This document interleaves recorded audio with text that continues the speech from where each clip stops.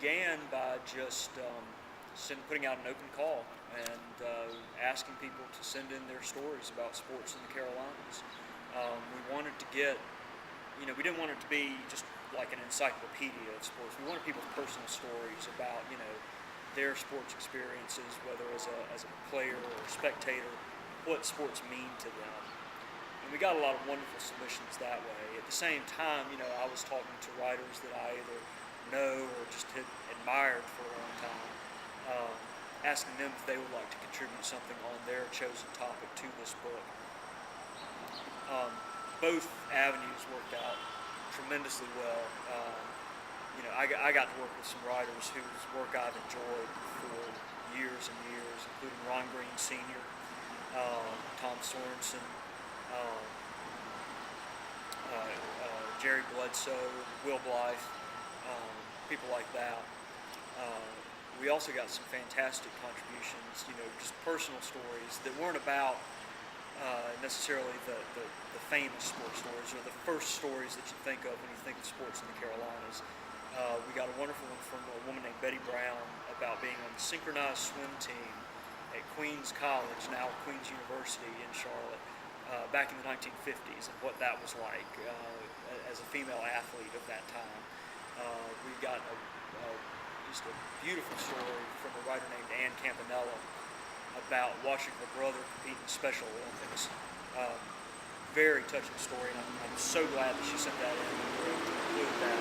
Because that's the sort of thing, it's about how sports brings your family together and provides a common ground for all of them, and that's the sort of thing I was really hoping to get in this book. Just a wealth of stories that we got in, and I felt very fortunate. The selection process was not hard at all. There was a lot of good stuff to choose from in Carolina. Shoeless Joe Jackson was one of the greatest baseball players of the early 20th century. Some would argue one of the greatest baseball players of all time. He was, professionally, he is best remembered. He was an outfielder for the Chicago White Sox. Was on their team that became known as the Black Sox team that was thought to have thrown the 1919 World Series. They were paid by gamblers to throw the series, to lose the series intentionally. And as a result of that, all of them were banned from baseball for life. The trial surrounding this scandal is where we got the phrase, "Say it ain't so, Joe." Supposedly a little kid came up to Joe Jackson as he was leaving the courthouse and said that to him. The real tragedy with Joe Jackson, there was a lot of evidence that he either didn't understand what he was getting into or took the money but didn't actually throw the series. He grew up in a South Carolina mill town, not far outside Greenville, South Carolina. Started playing professional baseball when he was 13. There were those who say that he was, especially in his playing days, functionally, if not totally, illiterate. So he may not have understood, what they were asking him to sign, what they were asking him to do. As a result of his lifetime ban, which now extends beyond his lifetime, he passed away quite a few years ago, he is not eligible to enter the Baseball Hall of Fame. There have been repeated movements to try to get him reinstated, to lift the ban. I guess now would be an after-lifetime ban, so that he can be allowed to enter the Hall of Fame because he was one of the great players. And later, in when it was 1989 or 1990, he was the inspiration for the movie Field of Dreams. He was earlier the inspiration for the novel Shoeless Joe by W.B. Kinsella, on which that movie is based. But it's Shoeless Joe Jackson who was the first ball player to come walking out of the cornfield on Ray Kinsella's farm. We also have another Kevin Costner movie that was also around baseball that was centered in the Carolinas. That'd be Bull Durham, which is, some people feel is the role that really made Kevin Costner a star.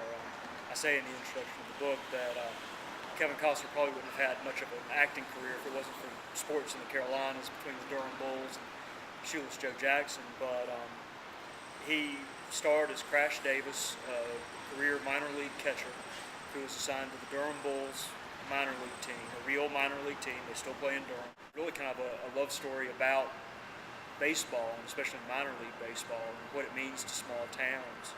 And a lot of people feel, and I'm one of them, that it had a lot to do with sparking a resurgence and interest in minor league baseball. It kind of reminded people of the joys of minor league baseball, and is considered, I think it was Sports Illustrated or ESPN one that named Bull Durham the best sports movie of all time. So, and it was filmed here in North Carolina too. Right. Junior, he had been an honest-to-goodness bootlegger. His father made moonshine up in Wilkes County, and Junior and his brother would run it, run it in town, make his delivery runs for him, and ran from the law, had high-speed chases, through the backwoods of northwest North Carolina on any number of occasions.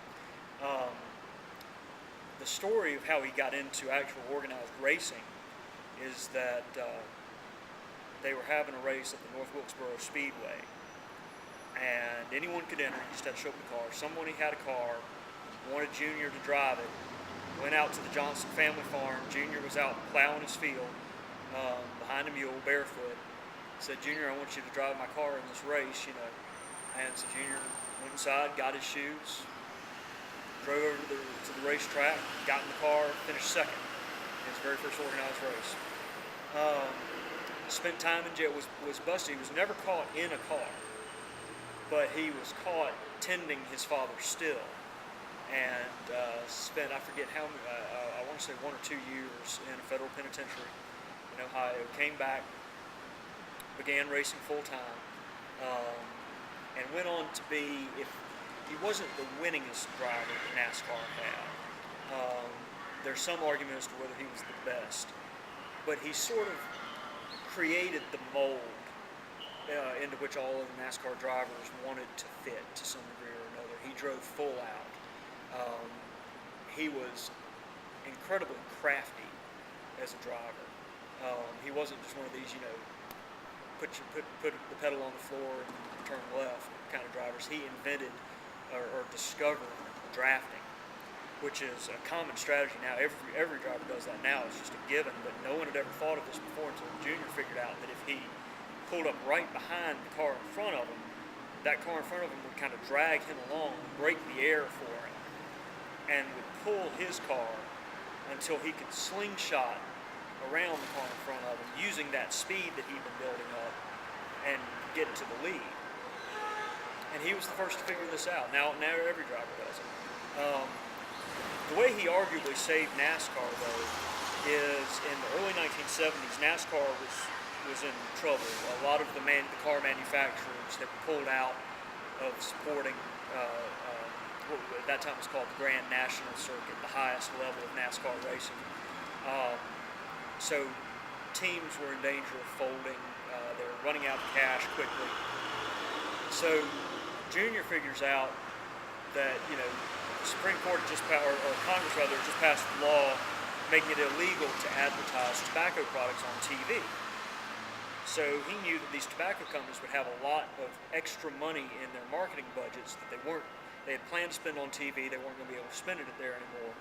So he drove down from Wilkes County into Winston-Salem. It's just about a 45-minute drive, probably less for Junior Johnson, to the headquarters of the R.J. Reynolds Tobacco Company, and met with their chief of marketing, Ralph Seagraves. Originally just went to meet with him about sponsoring Junior's team.